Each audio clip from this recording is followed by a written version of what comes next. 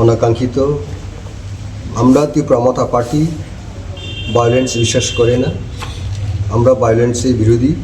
বরাবরই আমাদের মহারাজা পার্টির ফাউন্ডার উনি বলে থাকেন আপনাদের মাধ্যমে, উনি নিজে সোশ্যাল মিডিয়াতে আছে বলে থাকেন, রাজ্যবাসীদের কাছেও বিভিন্ন সভা সমিতিগুলি থেকে বলে থাকেন যে ভায়োলেন্স আমরা বিশ্বাস করি না।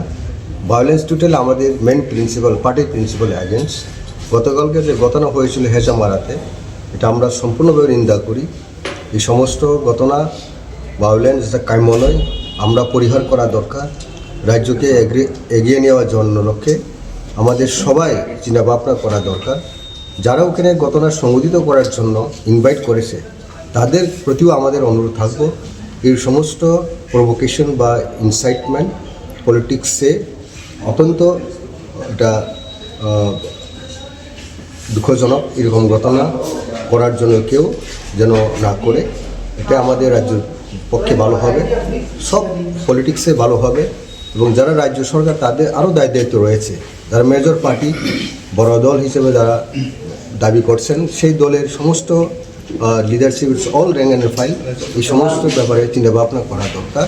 গ্রামে গঞ্জে গিয়ে ইনসাইটমেন্ট অফ প্রভোকেশন বা ভায়োলেন্স ইনভাইট করার জন্য সেরকম কাজ যেন না করা হয়। গতকালকে যে ঘটনা আমাদের কাছে যে রিপোর্ট রয়েছে, অফিস স্থাপনের লক্ষ্যে এখানে একটা কাজ চলছিল, কিন্তু গভীর রাত পর্যন্ত বা 8টা-9টার দিকে সেইভাবে ইনটক্সিকেটেড পার্সনরা সেখানে এরকম পরিবেশ সৃষ্টি করার জন্যই ওনারা জড়ো হয়েছে। কোনো সময় 8টা, 9টা, 10টার সময় পার্টি কনস্ট্রাকশনের ব্যাপারে কেউ থাকে না। এখন শীতকাল, কাজে এই ইনটক্সিকেটেড পার্সন যারা আছে যে কোনো দলে হোক, এটা ভালো নয়। এই সমস্ত কাজ থেকে আমরা সবাই দূরত থাকা দরকার। যে কোনো পার্টি আমরা স্টেটকে প্রোগ্রেস করার লক্ষ্যে শান্তির বাতাবরণ সৃষ্টি করে আরও সরকারের পক্ষে আমরা কাজ করার জন্য আমরা সবসময় অঙ্গীকারবদ্ধ। কাজেই গতকালকে যে ঘটনা হোক বা অন্যান্য ক্ষেত্রে অন্যান্য এলাকা যে ঘটনা ঘুরি ঘটেছে এরকম ভায়োলেন্স, এটা সম্পূর্ণ আমাদের উন্নয়নের পরিপন্থী, রাজ্যের শান্তির পক্ষে এটা অত্যন্ত ক্ষতিকারক। কাজে আমরা শান্তির বাতাবরণ সৃষ্টি করার জন্যই সবাই আমরা অঙ্গীকারবদ্ধ হওয়া দরকার।